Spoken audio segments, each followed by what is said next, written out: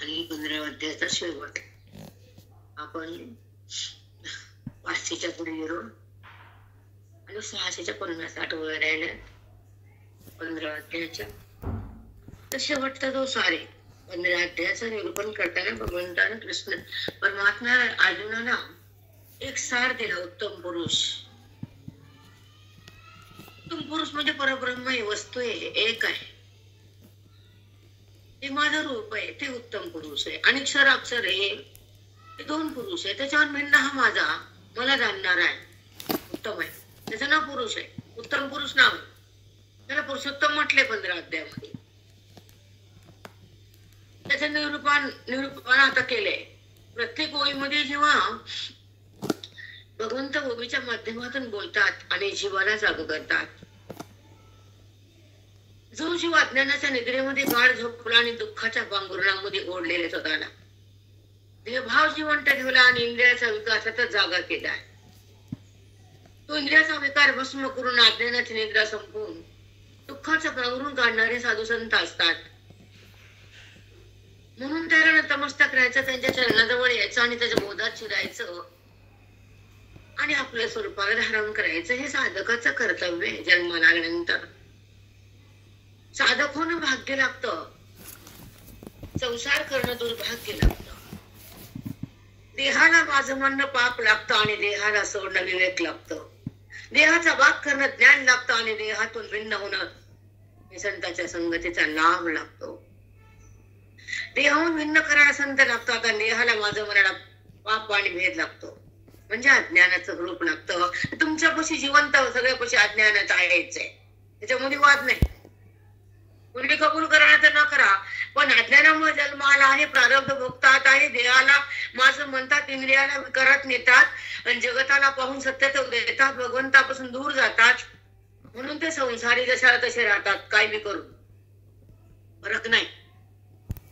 पाण्यामध्ये गारगूट टाकली, पाणी शिरत नाही. पाण्यामध्ये मूग टाकला तर त्याला अंकुर आल्याचं वाटत नाही. म्हणून मूग बना, दगड बनू नका. पाण्यामध्ये मूग पडला, हरभरा पडला तर अंकुर होतो, दुसरं रूप प्रगट होतं आणि देहरूप जातं. तसं दगड बनू नका, गार बनू नका.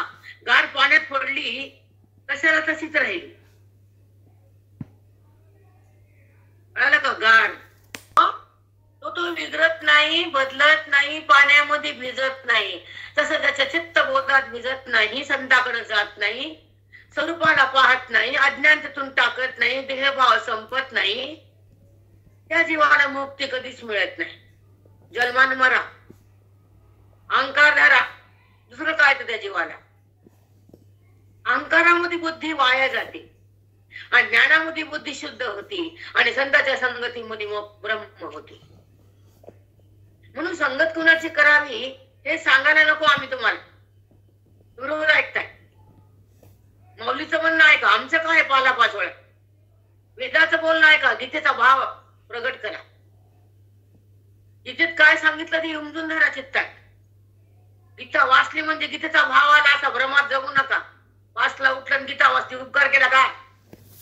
खाल्लं म्हणतो का? खाल्लं, वाचला उठलं, लाडू डिंगाचा लाडू खाल्ला, हे पण सांगत जा ना. वाचली म्हणून काय झालं?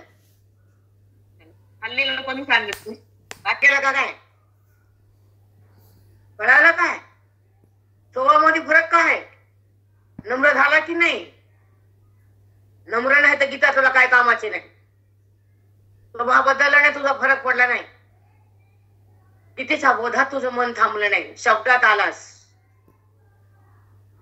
म्हणून गीतेच्या बोधात राहणारं मन हे भगवंताच्या अधीन असतं, जगाच्या स्वाधीन नसतं आणि त्याच्यामध्ये गुण उरत नसतं.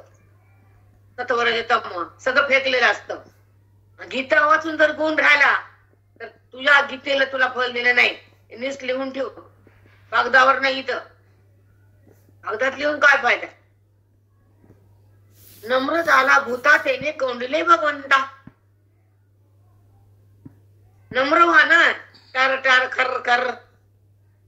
आमचं असंच वागणे. कुणाला सांगतो तू? स्वभाव बदल. वय वाढले, स्वभाव खाली यायचा, मीटर डाऊन. स्वभाव बदलत नाही तर अज्ञान जाईल का? वृत्ती जर भगवंताकडे थांबत नाही तर देहभाव संपल का? माऊलीचा बोध जर हृदयात नांदत नसल तर आत्मधन तुम्हाला लुटता येईल का? स्वभाव जात नाही तर आत्मधन कुठलं तुम्हाला? सगळं टाकायचं शिका, सगळं फेकायचं शिका, शुद्ध बनायचं शिका, श्रवणात थांबायचं शिका, गीतेला धरायचं शिका, बोधात शिरायचं शिका, आत्मरंगात रंगायचं शिका, आणि मग बघा जगताना काय आनंद येते. त्याला स्वानंद म्हणतात. पण स्वभाव सुटला नाही, हा तुझा रंग गेला नाही, तू बेरंग आहे, बेरंग. रांगायचं नको आम्हाला ते वांगडी बार. आपला क्रोध, आपले नियम गुंडाळून ठेवाय धाब्यावर.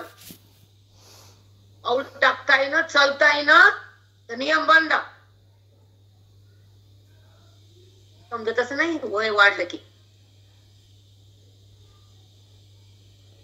काय कराल गीता? बोला. अध्याय 15. गीता धरली म्हणजे काय? उपकार केले का आमच्यावर? जगावर कधी उपकार नाही, अधिकार तयार होतो. तिथे ना अधिकार येतो, स्वभाव बंद होतो. अधिकारामध्ये मन मंत्रमुग्ध होत आणि भगवंताचं सानिध्य येतं आणि त्या ठिकाणी गुणाला सुटल्या जात आणि भगवान आणि मन एकत्र येतं. मग कुठला स्वभाव आणि कुठला गुण? मग तुझ्यातला गुण गेला नाही, तू भगवान बनला नाही. लिहून ठेव. बोलता ऐकताना राग येत असतं, लिहू दे, मला काय करायचे? मला दिसत नाही, तुम्ही तुमचा राग माझ्यापर्यंत येत नाही, भानगडत नाही. मी तुम्हाला दिसते पण तुम्ही दिसत नाही. गाठ्या मला दिसत नाही. बरं झालं कुठानाच नाही. गाठ्या दिसली मला दिसतच नाही. मला आमुषा बघायची तर तोंडात. तर स्वभाव थांबला पाहिजे. श्रवण जर कळालं तर मन ईश्वराकडे गेलं पाहिजे. बोध हृदयात थांबला तर देहभाव टाकला पाहिजे. म्हणजेच गीता कळाली. बोधात मन तर ते देहात नसतं, आणि देहातलं मन बोधात संत आणत असतात. त्यांच्याकडून बोध येतो आणि बोध तुमच्या मनाला आकर्षित करतो आणि देहभाव बंद होतो, आत्मभाव जागा होतो, गीतेचं फल हृदयात येतं, मन आत्माराम होतं. ते मोचच आहे हे कळतं.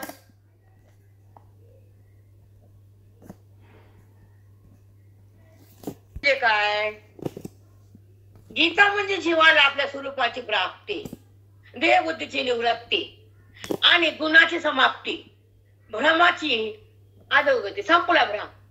देहभाव हा भ्रम आहे, जगतभाव हा भ्रम आहे, इंद्रियाचा विकार हा भ्रम आहे, जगताचं नातं हे भ्रम आहे, परमात्म्याची स्थिती हे प्रमा आहे. यथार्थ ज्ञान आहे. खरं ज्ञान म्हणतात त्याला. यथार्थ म्हणजे खरं आणि विपरीत म्हणजे खोटं. खोट्याकडे मन आहे देहात, जगात, नात्यात, पैशात, घरात, एफडी, कुणाच्या आरड्या. मरा त्या आरड्या फाशा घ्या. आरडी आठवून येते, पैसे भरा वाटते आणि तर बोध भर ना.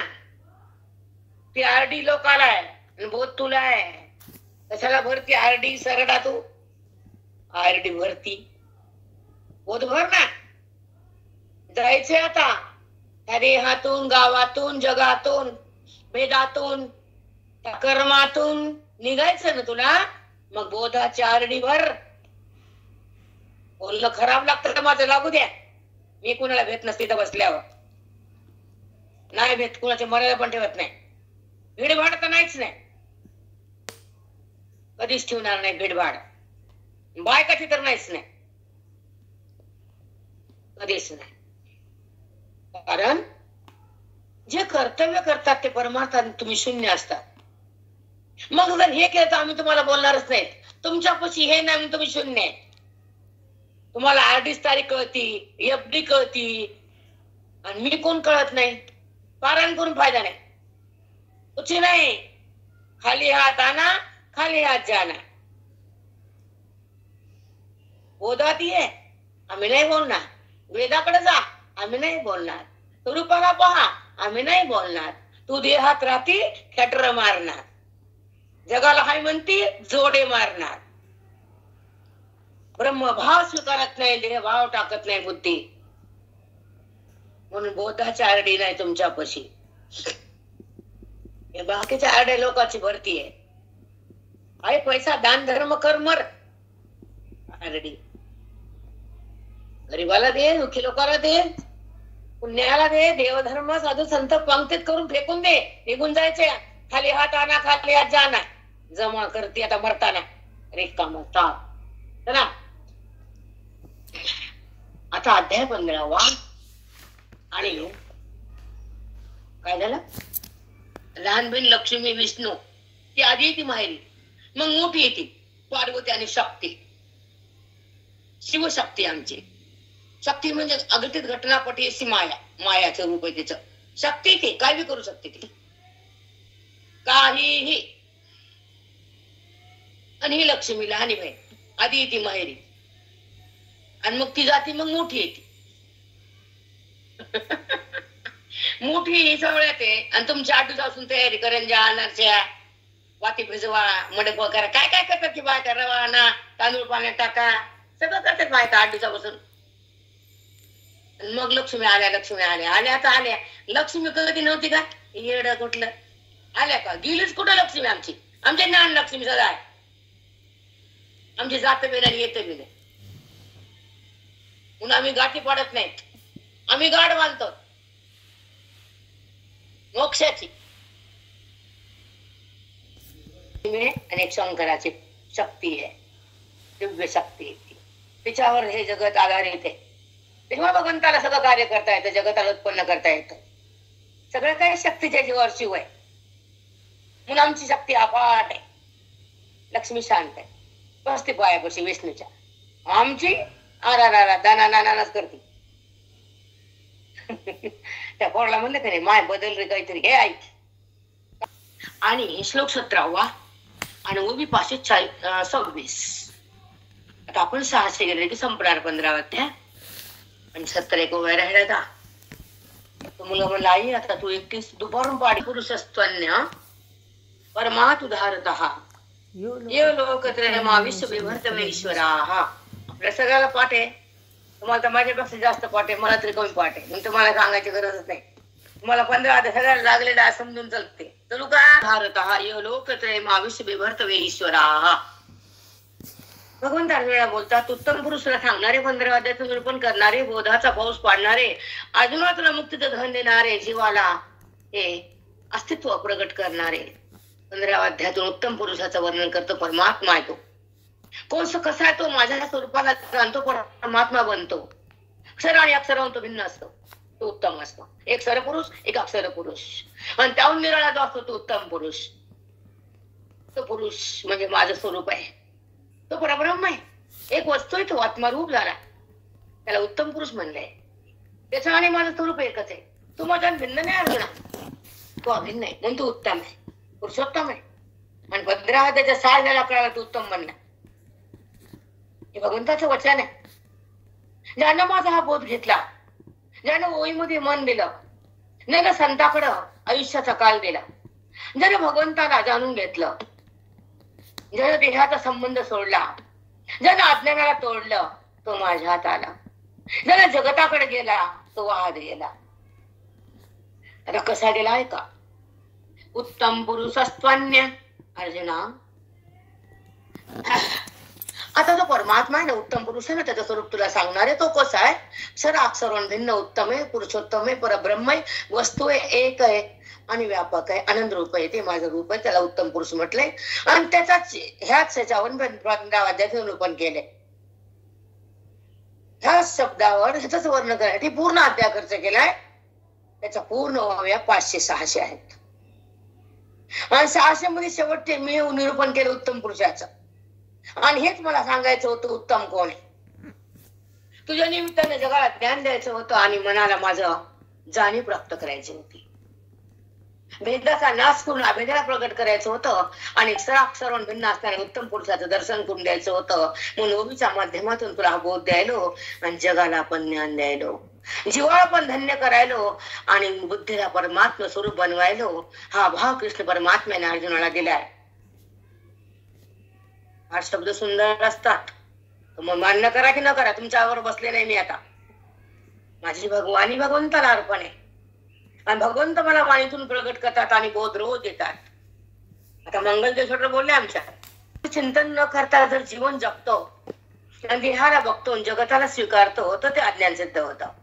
पण जेव्हा आपण आपल्या चिंतनात मनाला ठेवतो आणि बंधन कापून काढतो आणि संतांच्या संगतीत बोधाला ग्रहण करतो आणि वेदाच्या साह्याने कृष्ण परमात्म्याला पाहतो आणि आत्मदर्शना देतो, तो जीवनमुक्त होतो.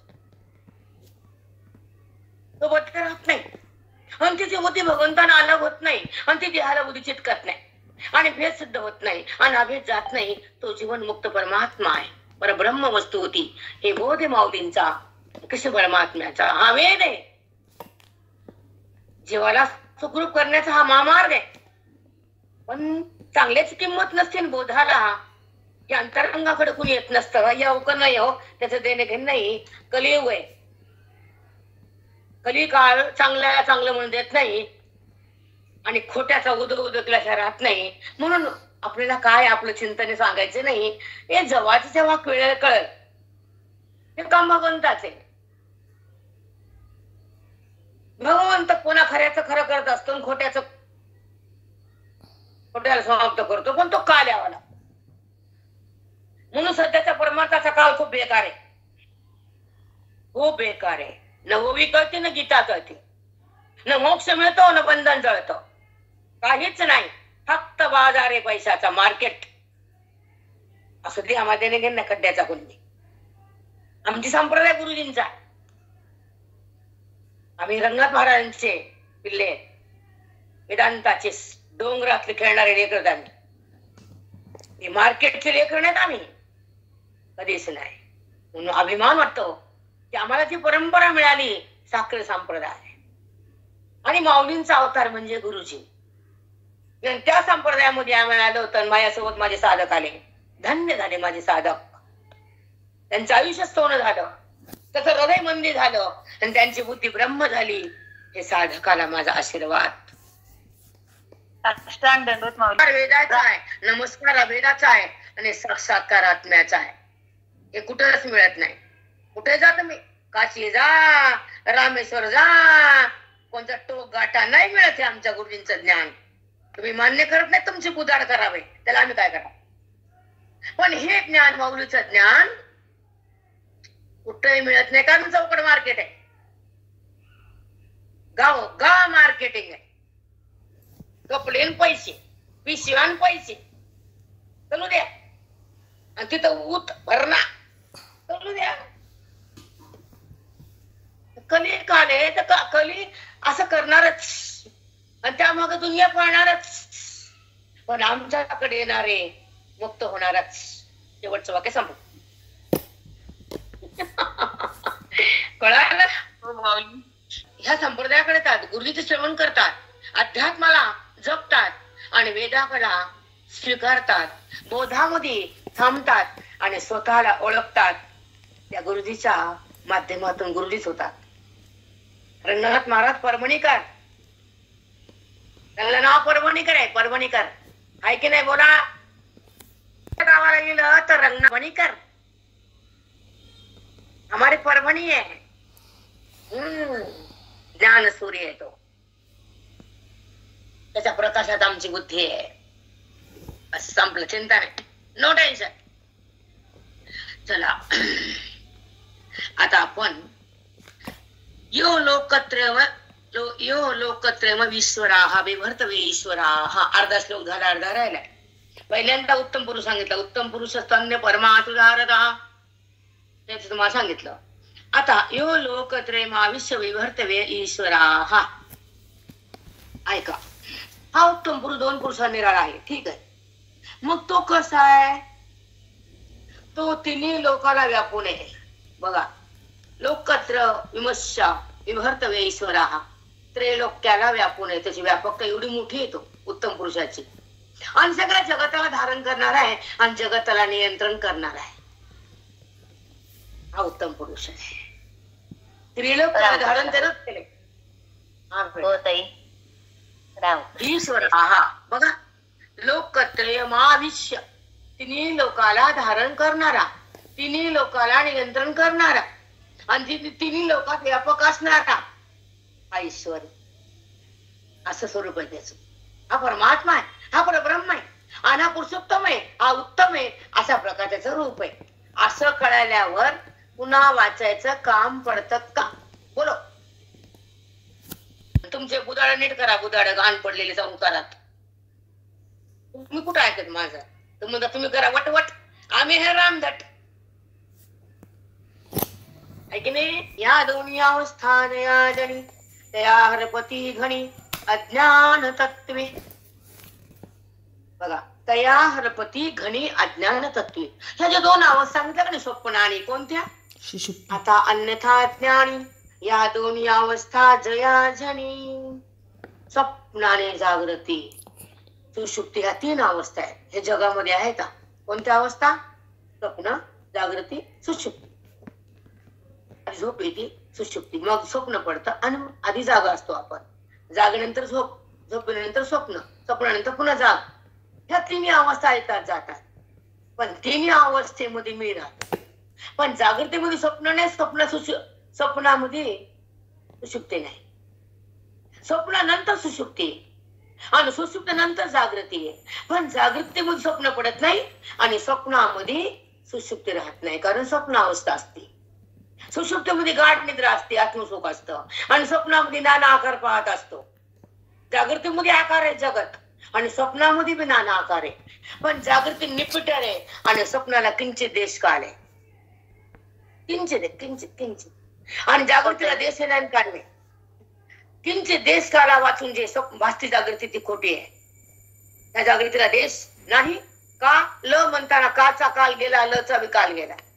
तसं वाहणारं पाणी पहिल्यांदा उंजळीत फिरलं, दुसरं पाणी निघून गेलं. तसं ज ग म्हणताना ज चा काल गेला आणि ग चा पण चालला. तसा काल जसा प्रवाहित होतो तसं जगत हे स्थिर नाहीये. मग त्याला देश बी नाही, काल बी नाही. हे ज्याला कळतं ते जागृती नाही, तो जागा असतो. जागृत असतो. तो पुढे आहे सांगतो तुम्हाला. पण आता अवस्था सांगितल्या ना, अवस्था तिन्ही अवस्थेमध्ये एकामध्ये एका अवस्थेचा काय असतो विचार. एकामध्ये एक अवस्था नसते. सांगा, जागृती स्वप्न पडतं का? तर बोल प्रेरणा. नाही माऊली. हा, मग एक अवस्था दुसऱ्या अवस्थेत नाही, पण तिन्ही अवस्था मग मी आहे. तिन्ही अवस्थेमध्ये मी असतो. पण मला न जाणता जागृत स्वप्न तुम्ही तीन प्रकार करतात, म्हणून तुम्ही उत्तम पुरुष नाही. तुम्हाला तिन्ही अवस्था खोट्या दाखवल्या माहिती ते कळतात, पण मी कुठं कळतो? भगवंत बोलतात अर्जुनाला, आम्ही नाही. तुमची काय अवकात आहे बोलायची? आम्ही नाही. अवस्था कळतात, पण अवस्थांच्या परे असणारा तो भगवंत कळत नाही. तिन्ही अवस्थात तो आहे. एक अवस्थेत दुसरी अवस्था म्हणजे हो ना, किती अवस्थेला तो जाणतो. तिन्ही अवस्थेच्या द्वारे त्याला अवस्था गेलेल्या कळतात, आलेल्या कळतात. ती स्वतः परमात्मा आहे. पण ज्या अवस्था भिन्न आहेत, खोट्या आहेत, पण त्याच्यामध्ये मी मोठा आहे, तो परमात्मा आहे, ते परब्रह्म आहे, हे ज्याला कळतं तो माझ्यात आहे. आणि ज्याला अवस्था दिसतात तो अविद्येत आहे. अवस्था बदलतात मी बदलत नाही, तो माझं स्वरूप आहे. हे फार चिंतन सांगायसारखं आहे. आता मला पुढे पण जायचंय. एका ठिकाणी थांबून कसं करू? करता बोलता जेवढं निघत तेवढं सांगत राहते, पुढेच राहतात. विषयांतर नको. चला, आता अन्यथा ज्ञानी या दोन्ही अवस्था जया जनी. अन्यथा ज्ञानी म्हणजे विपरीत ज्ञान. विपरीत म्हणजे खोटं ज्ञान. जागृती स्वप्न हे माझ्या अवस्थेवर येतात जातात, त्या खोट्या. आणि तिन्ही अवस्थेला आधार मी मोठा, मी खरा. म्हणून अन्यथा ज्ञानी हे अन्य ज्ञान आहे. मला न जाणता जागृती स्वप्न सुषुप्ती हे तुम्हाला ज्ञान आहे, माझं कुठं ज्ञान आहे? म्हणून याला विपरीत ज्ञान म्हटलंय. आता अन्यथा ज्ञानी या दोन्ही अवस्था जया जनी. जगामध्ये दोन विपरीत अवस्था आहेत, स्वप्न आणि जागृती. तया हरपती घनी अज्ञान तत्वी. घनी म्हणजे गाढ झोप, त्या हरपतात. गाढ झोपले की जागृती हरपली आणि जागृतीत आल्यावर झोप हरपली. तसं एक अवस्थेत एक जाती, एक इथे आणि एक जाती, तसा मी एक बी नाही जात बी नाही. हे ज्याला कळतं त्याचं मन माझ्यात मिसळलं जातं. पण ज्याला जागृती कळती, जगत कळतं, देह कळतो आणि मी कळत नाही, हे विपरीत ज्ञान आहे, यथार्थ ज्ञान नाहीये. म्हणून भगवंत म्हणतात तया हरपती घणी अज्ञान तत्वे. ते घन म्हणजे अज्ञान रूप निद्रेत झोपलेला जीव, त्याला मी कळत नाही, जागृती कधी स्वप्न कळतं, जे खोट आहे ते कळतं, आणि मी मोठा आहे मी कळत नाही. तया हरपती घणी अज्ञान तत्वे. तो अज्ञानाच्या निद्रेमध्ये गाढ झोपलेला आहे, ज्याने जागृती आणि स्वप्न स्वीकारलं. पण ह्या अवस्थात आणि जातात, ते अवस्था बदलतात, ते मी नाही. पण ज्या अवस्थेत मी आहे ते कळत नाही, म्हणून त्याला अज्ञान सिद्ध झालं, असं भगवंत अर्जुनाला बोलले. त्याच्यापेक्षा काय सिद्ध झालं? अज्ञान सिद्ध झालं. आता ह्याच्यापेक्षा सोपी कोणती भाषा सांगा बरं, की हेच सांगायचंय. जाणल्याशिवाय तर काहीच होत नाही, व्यवहार ते तर काय सांगू नका, ते माहिती सगळ्यालाच. तुम्ही सगळं जाणतात ना, स्वतःला कुठे जाणतात तुम्ही? तुम्ही काय जाणता? सुखाला जाणतात, जगाला जाणतात, देहाला जाणतात, लेकराला माझं म्हणतात, ते नाही का जाणत? लेकराला पण जाणतात की तुम्ही? जाणता का नाही पोराला? त्याला बोला, द्या उत्तर तुम्ही आता. मग ते कोणतं खरंय? कुठे जागृती सिद्ध होती? सगळा जर तोच आहे तर कुठे जागृती? त्या अवस्था खोट्या आहेत, हे विषय चालला, हे धरून बोला ना. मग तुम्ही जागृतीला जाणतात, तुमच्या पोराला जाणतात, तुम्ही सुखदुःखाला जाणतात, मग तुम्ही कोण आहे हे कुठं कळतं? हो, क्षणाक्षराला जाणणं आहेच, पण परमात्मा जाणणं कुठे आहे? व्यवहारात जाणणे, वृत्तीच्या संबंधानं. जेव्हा वृत्तीचा बाध होतो तर संबंध तयार होतो. हे पुढचं अजून गंगा लांब आहे पुन्हा. मागे बुडाली या ज्याला जागृती स्वप्न हे जे आहे, गाढ अज्ञानाच्या निद्रेत झोपलाय जीव, तो अज्ञानी आहे. आणि ते अज्ञान ज्ञानामध्ये बुडालं. ते अज्ञान ज्ञानी बुडाली या, ज्ञाने कीर्ती मुखत्व केली या, जैसा वन्नी काष्ट जाळली या स्वये जळे. जैसा वन्नी काष्ट जाळली या स्वये जळे. एखाद्या लाकडाला अग्नी लागला, त्या अग्नीच्या द्वारे लाकूड सगळं जळालं, आणि तो अग्नी पण शांत झाला, अग्नी पण जळून गेला, लाकूड पण जळून गेला, राख उडली. अज्ञान जेव्हा ज्ञानात बुडालं, तेव्हा सगळं काही शून्य. शून्य म्हणा पण कोण नाही. म्हणजे तुमच्यापाशी अज्ञान आणादी कालच्या हृदयामध्ये, बुद्धीमध्ये म्हणा, वृत्तीमध्ये म्हणा, कशातही घ्या, तुमच्या अंतःकरणासोबत अज्ञान आहेच. म्हणून तुम्हाला देहाचं भाने, सुखदुःखाची जाणे, परमात्म्याचे कुठे जाणे. सुखदुःखाची जाणीव हे वृत्तीच्या द्वारे असते, जगताची जाणीव ही त्रिपुटीद्वारे असतीच, पण भगवंताची जाणीव त्रिपुटीच्या बाधानंतर असते. म्हणून अज्ञान ही त्रिपुटी आहे, आणि त्याचं ते जर ज्ञानात बुडाली तर तो कळाला, तो बुद्धीला मिळाला, ऐक्य झालं. नदी समुद्राला मिळाली, समुद्र झाली. बुद्धी भगवंताला मिळाली, ब्रह्म झाली. लागला विषय. जे तुझ्यापाशी अज्ञान आहे तुला, जागृती स्वप्न ज्या अवस्था मानतो ना तिने तिने, जे जाणार येणार बदलणारी अवस्था खोटी असते अर्जुना. पण मी बदलत नाही, मी जात नाही, येत नाही, ते ज्ञान स्वरूप मी आहे. आणि त्या ज्ञानामध्ये अज्ञान बुडालं तर अज्ञान संपलं. जसं अग्नीला, लाकडाला अग्नी लागला, आणि ज्या अग्नीद्वारे ते लाकूड उधळून गेलं, तो अग्नी पण विझून जातो. जसं ज्या ज्ञानानं अज्ञान बुडालं, ते ज्ञानात वृत्ती पण निघून जाते, आणि स्वयंमय मी राहतो, आणि मी आहे असा अनुभवानं कळतं, आणि तो अनुभव पुन्हा बुजल्या जातो, परमात्मा शिल्लक होतो, आणि त्या ठिकाणी बुद्धीचा ऐक्याचा अनुभव येतो. तिथं वृत्तीचा आघात, जगताचा निराश आणि देहाचा संबंध नसतो. चिन्मात्र सत्ता उरती, आणि त्या अनुभवात, त्या सत्तेमध्ये तो जीवात्मा प्रवेश करतो. तिथं अनुभव सुद्धा म्हणता येत नाही, कुठे सांगितले कसं, ऐका आता पुढे. तैसे अज्ञान ज्ञाने नेले, अशा प्रकारे ते जे अज्ञान आहे ते ज्ञानाने धुवून गेला. पुढं आपण वस्तू देऊन गेले, त्या ज्ञानानं वस्तू दिली. कोणची? परब्रह्म वस्तू प्रगट केली, परमात्मा प्रगट झाला हृदयात, उत्तम पुरुष तयार केला. अक्षरवान भिन्न बुद्धी उत्तम बनली, परमात्मा बनली, परब्रह्म बनली, त्याला उत्तम पुरुष म्हणतात. हे ज्ञानानं केलं अर्जुना, अज्ञान घेऊन गेलं. ऐसे जाणणे विना उरले जाणते जे, ऐसे जाणणे विना उरले जाणते जे. हे जन्मात सत्य आहे, त्याला वृत्तीच्या संबंधानं जाणणं, शब्दाच्या द्वारे जाणणं नाही. जाणणे विना उरले जाणते जे, ज्या भगवंताचा संबंध होतो बोधानं संतांच्या संगतीने वेदाच्या शक्तीनं हृदयाच्या भक्तीने जेव्हा ऐक्य प्रगट होतं तेव्हा वृत्तीचा वाद होतो, त्रिपुटीचा नाश होतो, अज्ञान लयाला जातो आणि स्वयंभू परमात्मा प्रगट होतो. तो स्वतः स्वयंसिद्ध आहे. त्याला शब्दाची वृत्तीची विषयाची संता कोणाची गरज नाही. मग तिथं जाणीव जाणणं आणि जाण त्या तिन्हीचा वाद होतो आणि चिन्मात्र सत्ता प्रगट होती. त्याला प्रकाश म्हणतात. आता कसं म्हणतात ते पुढे म्हणतात. जाण तेजे ते तो गा उत्तम पुरुष, अशा स्थितीत गेलेला उत्तम पुरुष. ते तो गा ते म्हणजे परब्रह्म, तो झाला आणि गा म्हणजे ऐक्याशी आला, तो उत्तम झाला. ते तो गा उत्तम पुरुष तो तृतीय का निष्कर्षू दोही हुनी अनुकू मागिला जो. तो अक्षर आणि अक्षराहून भिन्न मानला तो उत्तम पुरुष. ते तो झाला ब्रह्म बनला.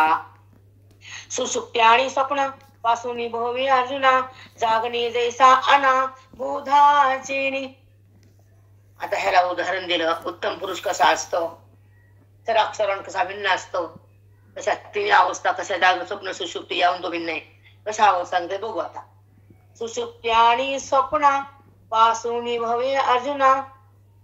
सुषुप्ती म्हणजे झोप आणि स्वप्न पासून भवे अर्जुना मग जागृती.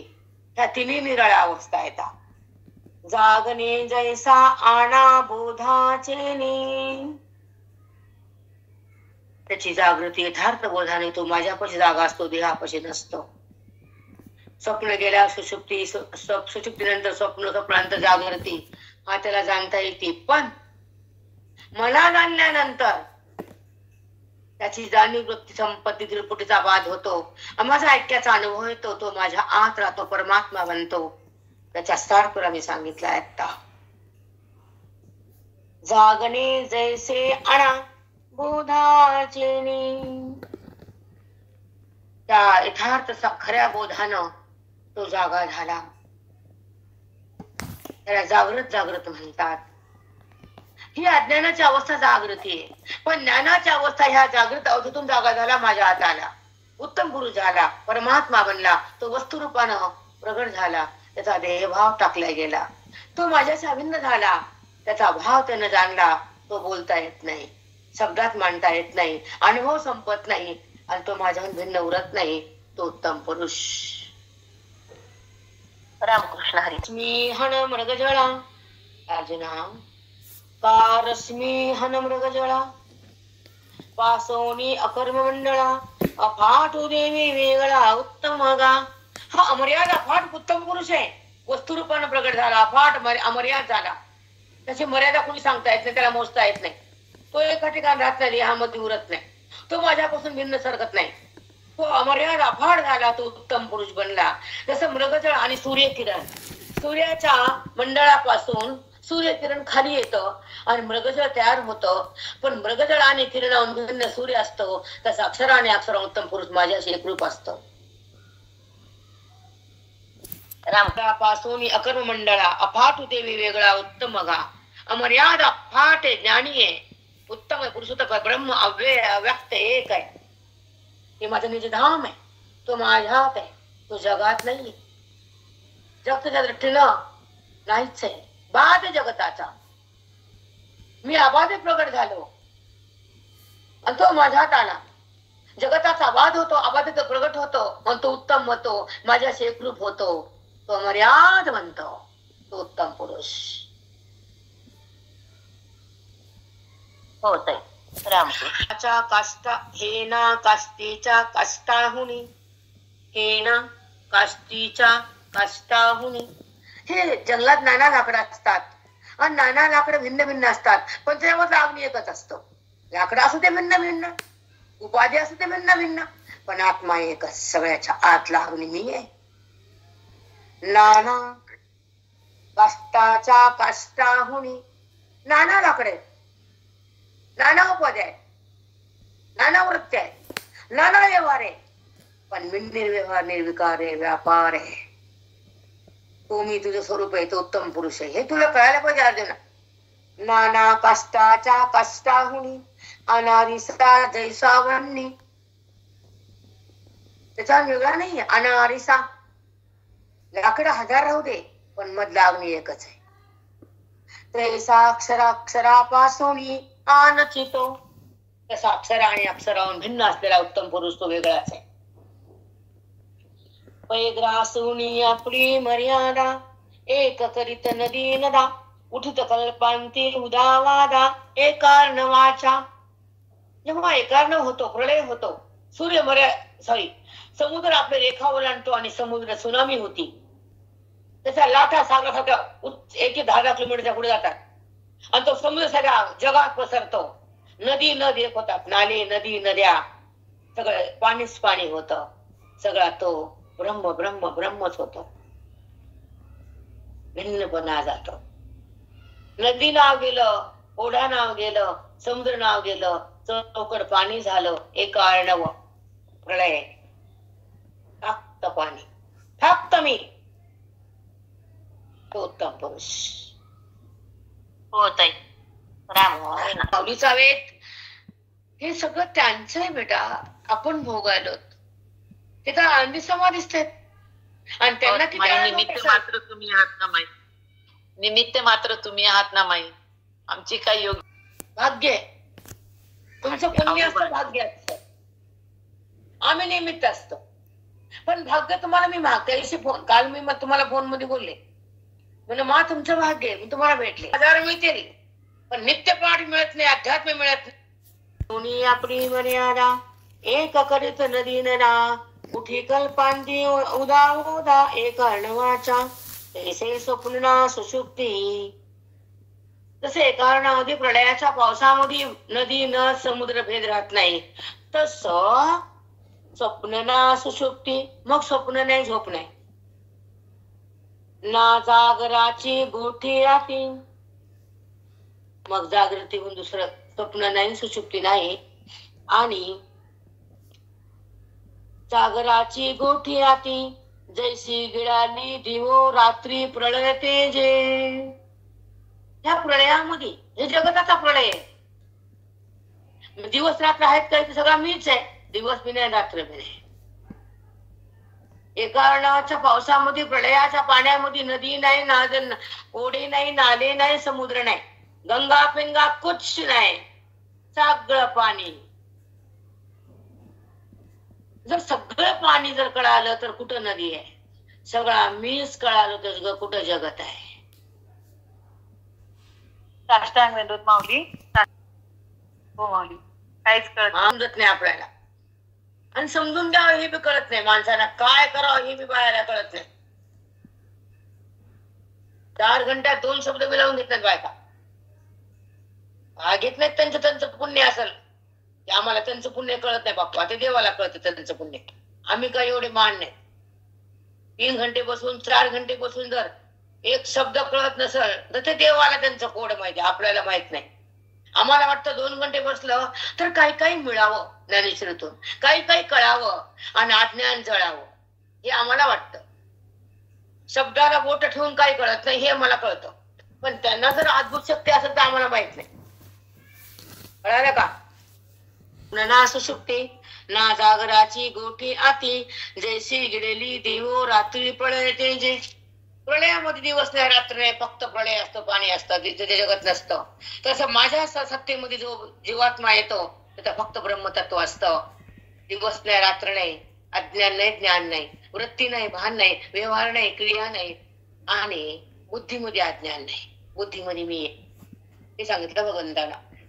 चला, मग एकपण ना तुझे, मग एकपण ना तुझे, तिथं अद्वैत नाही, द्वैत नाही. असे नाही हे नेनिजे, अनुभव निर्भुजे बुडाला तेथे, अनुभव निर्भुजे बुडाला जेथे. तिथं अनुभव आहे हे पण त्याला कळत नाही. अनुभवाच्या पुढे गेला तो. आता कसा गेला पुढे सांगतो तुम्हाला. चला, मला वाटलं 50 पर्यंत पण येत नाही. ऐसे आठी जे काही ते तो उत्तम पुरुष पाही. असं ज्या ठिकाणी उत्तम अनुभवाच्या पुढे गेला तो अनुभव सुद्धा, मी ब्रह्म आहे असा अनुभव सुद्धा संपला, तो त्याच्या पुढे गेला. अनुभव सुद्धा तो आहे, अनुभव सुद्धा चाकायला सांगत नाही. ऐसे आठी जे काही असा जो मला प्राप्त झाला ते तो उत्तम पुरुष पाही, तो उत्तम पुरुष झाला. जे परमात्मा ही बोलले नामे, असं भगवंत अर्जुनाला बोलले. असं जाणून घ्या ना, अशा पुरुषाला उत्तम पुरुष म्हणतात. तो ज्ञानानं होतो, माझ्याशी समोरच राहतो, द्वैत अद्वैताला प्राप्तो, अनुभवाचा पोय येतो, परमवस्तू बनतो आणि एकाकार राहतो, शब्दांना अनुभवतो, वृत्तीविना सुखात जगतो आणि देह बुद्धीविना मला आणि माझ्याशी एक होतो. तिथे जड नाही, वृत्ती नाही, व्यवहार नाही, विकार नाही, जगत नाही, सुख नाही, दुःख नाही, तर फक्त तू आणि मी असतो. आम्ही एकत्र असतो. तो ठिकाणी त्याचा उत्तम उत्तम पुरुष बनतो. त्या शब्द नाही, अनुभव सांगता येत नाही, तो अवाच्य बनतो. अव्यवहार्य, अवाच्य, निर्विकार, निर्व्यापार, निर्विकार ही स्थिती त्याची. डबल सांगते, अवाच्य स्थिती असते, निर्विकार, निर्व्यापार, निर्व्यवहार स्थिती असते त्याची उत्तम पुरुषाची. चला, ते येत न मिसळता बोलणे जीवत्व पंड सुता, जैसे बुडणे याची वार्ता थडी चाकी जे. आता कसं बोलायचं रे, सांगू तुला कसं उदाहरण देऊ. बोला देवा. येथे तेही येथ न मिसळता बोलणे जीवत्वे पंड सुता, जैसे बुडणे याची वार्ता थडी चाकी जे. गंगेच्या काठा दुसऱ्या काठावर उभा टाकला माणूस, काय बुडण्याचा भ्रम आहे का? तो काठावर आहे ना, मग मी बुडालो नाही सांगायची काय गरज आहे? तू उभा टाकला म्हणजे तू बुडाला नाही, तसा तो माझ्यात आला म्हणजे तिथं अज्ञान आहे. माऊली, बुडाला नाही, मी बुडालो नाही. अरे काठावर आहे ना तो कशाला म्हणून मी बुडाला नाही? तसं तो माझ्यात आहे, तो कशाला म्हणून मी अनुभवात आहे? सांगा. नदीच्या पळतीरावर गेला, तो कशाला म्हणून मी बुडाला नाही म्हणून? तो दिसायला प्रत्यक्ष काठावर उभा टाकलेला, तसं त्या प्रत्यक्ष मला माझ्यामध्ये आलाय, तो मला प्रत्यक्ष दिसायला, त्याला सांगायची गरज नाही. निर्व्यवहार, निर्व्यापार, निर्विकार, अवाच्य गरज नाही. हे बोलणं शब्द आहे. अनुभव हा स्थिती आहे. त्याच्या पुढे तो त्याची माझी गती आहे, त्याच्या पुढे तो माझ्यात आहे, पळतीरावर आहे. मी बुडाला नाही सांगायची काय गरज आहे? दिसायला तो दिसायला म्हणजे बुडाला नाही, तो माझ्यात आहे म्हणजे अज्ञान नाही. हा व्यवहार शब्दा वाचू नये, हे सांगायला शब्द लागत नाही. माझ्यामध्ये वृत्ती पोहोचत नाही, तिथे देहभाव उरत नाही, तिथे द्वैत शिल्लक राहत नाही आणि तो माझ्याहून भिन्न भिन्न कधीच होत नाही. उत्तम पुरुष याचं वर्णन सांगितलं अर्जुना तुला. तू पण तसा हो, तू पण तसा हो, असं भगवंत बोलायले अर्जुनाला. काय भाव आहे, काय शब्द आहेत, काय वेद आहेत सांगा. कुठं मिळतं हे चिंतन, कुठं पाठ आहे असा नित्य पाठ? आमची प्रेरणा काय अनुवाद करती, काय अनुवाद आहे, काय पाठ आहे? एका एका शब्दावर येतो आपण. 2 वाव्या हो का 4 वाव्या हो, 1.25 घंटा का 1.5 घंटा पाठ असतो. मला लोक नाव ठेवतात, तुझा 1.5 घंटा होऊ दे म्हणलं. काय वाईट आहे का? चांगलंच काम करायला. संसार करणं, असंबद्ध वागणं, भेदात राहणं, शब्दाकडे येणं हे वाईट आहे. जगत आहे म्हणणं वाईट आहे, जगदीश्वराकडे जाणं वाईट नाही. 24 घंटे संसाराला मध्ये बर्बाद करतात, तर अर्धी घंटा वाढला तर कुठं बुडाल तुमचं? तो पण सुता जैसी बुडण्याची वार्ता थडी की, तैसे विवेकाची या काठी उभे टाकली आकृती, पारावाराची गोठे करणे वेदा, पारावाराची गोठे करणे वेदा. तैसे विवेकाच्या काठी उभे टाकले आकृती. अर्जुना, विवेकाच्या काठावर राहून वेदाला बोलावं लागतं आणि अविवेकाला बंद करून जीवाला माझ्याकडे आणावं लागतं. बुद्धीच्या भेदाला पुसून अभेदामध्ये न्यावं लागतं आणि अवाच्य स्वरूपाला आणून त्या जीवाला ब्रह्मत्व पद द्यावं लागतं. म्हणून ह्या विवेकाच्या काठावर राहून वेद बोलतो. गरज नाही अर्जुना. म्हणून पुरुष क्षराक्षरा दोन्ही देखोनी यावर या ते म्हणती परमात्म रूप, या ते म्हणती परमात्म रूप. अर्जुना, क्षर आणि अक्षराहून जो भिन्न, जो परमात्मा बनला, अव्यय झाला, एक बनला, उत्तम बनला, तो परब्रह्म परमात्मा जगताच्या शब्दाच्या वृत्तीच्या पलीकडे तो माझ्यात आहे. ते परम वस्तू आहे, ते परब्रह्म आहे, तो उत्तम आहे. त्याचं वर्णन तुला मी सांगायलो. एरवीना परमात्मा शब्दवरी सुची जे गावधारी पुरुषोत्तम. अर्जुना, या प्रमाणे उत्तम पुरुषाचं वर्णन सांगितलंय. या परी परमात्मा शब्दवरी, त्या उत्तम पुरुष शब्दाने सांगितलाय तुला असा आहे. पण तो अक्षराहून त्याच्या पलीकडे असणाऱ्या परमतत्वामध्ये एकरूप झालाय, तो परमात्मा बनलाय, परब्रह्म झालाय, त्याला उत्तम पुरुष म्हटलंय. पण हे शब्दाने शब्द सांगितलंय. म्हणून वस्तुस्थितीने तो माझ्यात असतो, तो परब्रह्म झाला, अमर्याद रूपाला प्रगट झाला, तो परब्रह्म वस्तू बनला तो. पण शब्दानं त्याला उत्तम पुरुष म्हणलं गेलं. सांगायचं कसं त्याला आम्ही? म्हणून शराक्षर उत्तम पुरुष त्याला शब्दाने नाव दिलंय. पण तो परब्रह्म बनलाय, शब्दा वाचून तो आहे. शब्द जरी संपले तरी तो संपत नाही, वृत्ती जरी गेली तो जात नाही, जगत प्रलय झाला तर तो माझ्यापासून भिन्न होत नाही. असं त्याचं स्वरूप आहे, परब्रह्मरूप, तो उत्तम पुरुष. रामकृष्ण हरी. ताई साष्टांग दंडवत सद्गुरू. अरे वा सुदेवा, काय शब्द निघालेत, बाण माग बाण, एका माग एक. तुम्हाला रोज मिळतं, त्याची काय किंमत नाही तुम्हाला. पटापट पटापट पटापट तुम्हाला रोज त्या बाईच्या घरी किलोभर सोनं, तिला काय वाटणार आहे? तोळ्याचं 2 ग्रामचं काय वाटणार तिला किंमत? ती म्हणते माझ्याकडे 2-4 किलो पडले घरात. तसं तुम्हाला रोज 2-4 किलो सोनं आहे. आम्हाला सांगतो, एका माग एक बाण, ते फार सुंदर आहेत. आणि ती शक्ती भगवंताची अलौकिक शक्ती, दिव्य शक्ती आहे. तुम्ही मान्य करा, त्याचं नका करू. तुमच्यावर निर्णय नाही म्हणा. नाही म्हणजे माझे शब्द चुकीचे ठरले असं कधीच होत नाही. आम्हाला आणि क्षण पण थांबत नाही. अनुभव आहे ताई, आमचा अनुभव. काय गोळीचा भाव वाढते, काय बाण फट फट फट फट, 1 सेकंद पण श्वास घ्यायला वेळ नसतो. खट खट खट. तुम्हाला ते रोज त्याची किंमत नाही. ज्याला मिळत नाही त्याला कळावं काय असतं ते. काल मोरे सरनं बघितलं, संसारावर निष्ठा ठेवणं, या खोट्याला माझं म्हणणं, देहाचे संबंध करणं, नात्यामध्ये अडकणं, हे काय? दुर्गंधी मनाची. आणि ही शक्ती ज्ञानाची आणि भक्ती स्वरूपाची, प्रीती पांडुरंगाची, ओळख तत्वाची आणि ती सहज स्थिती मोक्षाची. हे आपलं खरं रूप आहे. बाकीचा पसारान घसारान काय ते काय कामाचं? ते किती कमवलं, किती प्रॉपर्टी मिळाली, तर ज्ञानाची प्रॉपर्टी आहे का तुला? कळतो का वेद? गेलं का अज्ञान? सुटला का भ्रम? भ्रम सुटला का तुझा?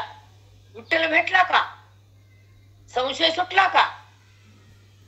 कमाई करून कुणाची? लोकाची आहे. हा, कमाई करायचं, मरून जायचं, लोकांपासून जायचं. चालू दे. 60 झाले, 65 आलं, 70 कडे चाललो आणि प्रॉपर्टी घ्यायलो. मरा तिथंच मरा, त्या प्रॉपर्टीत, पैशात, त्या घरात, लेकरात. कमवायचं कुणाला? लेकीला आणि पोराला. आणि तुला रे रिकामेच हात का तुझे? काही वाटत नाही. उठल्यापासून झोपूस तर टक टक टक टक त्या पुरुषाला. आणि ते पुरुष झाले की बाई उठती कुत्रे खाली त्याच्या अंगावर. आणि हातात ज्ञानेश्वरी, वाघ, माय. बाई म्हणायची तरी लाज वाटावी त्या बाईला. बाप्पा बाप्पा, किती कठीण आहे. खरं बोललं कसं लागत? टोच ना. वेगळ्याच्या बापाला भेणारी बाई नाही आणि भेणार पण नाही. असंबद्ध बोलते, बोलत नाही, खरं बोलते. नाथ महाराज काय म्हणले? काय माय गेली होती भुत्तापाशी, हरे ने मुकाशे अरे मुडा. नाथ महाराज खराब आहेत का? मग नाथ महाराज जर खराब असेल तर मी पण खराब. सांगा, नाथ महाराज खराब आहेत का? चला, कसं वागायचं तुम्हाला आम्ही चांगलं म्हणायचंय हे आम्हाला शिकवलं नाही शिकवलं. पाणी खाली आवाज छान, मोठ्या माणसाची इज्जत, तर तू बाई, तर तू बाई नाही, बिलकुल नाही, कधीच नाही. पुरुषाचा अपमान कधीच बाईची इज्जत नाही केला. न देवतीची इज्जत करणार, संत करणार, ग्रंथ करणार कोणीच नाही. म्हणून मर्यादा टाकायची नाही, कधी सोडायची नाही मर्यादा. आवाज तर उंच पुरुषापाशी कधीच नसावा बाईचा, कधीच नाही. कारण त्याच्या जीवावर तू जगतीस, त्याच्याच खातीस. त्याला शब्द बोलणं चुकीचं आहे, आत्मोन्नाद चुकीचं आहे. हे आम्हाला फक्त व्यवहारातून दिसते जगात. कारण तो काळ होता, पुरुष घरी आले की बायका ठप्प घरातल्या, ठप्प. तर तो काळ गेलाय, त्याच्याबद्दल वाद नाही. पण आम्हाला सांगायची मर्यादा. हातात गीता घेतो आपण, ज्ञानेश्वरी घेतो तर वाणी संभाळ, श्रवण करतो अज्ञान थांबव, संताकडे जातो तर वागणं बदला, वेदाकडे येतो तर जगताला सोडा. तर तुमचा उद्धार आहे. आजच्यानंतर सुधरा ना. अवघड वडत सोडून द्या. स्वतः वागणं तुम्ही तसं वागणार, सोडून द्या, त्याच्यात वाद नाही.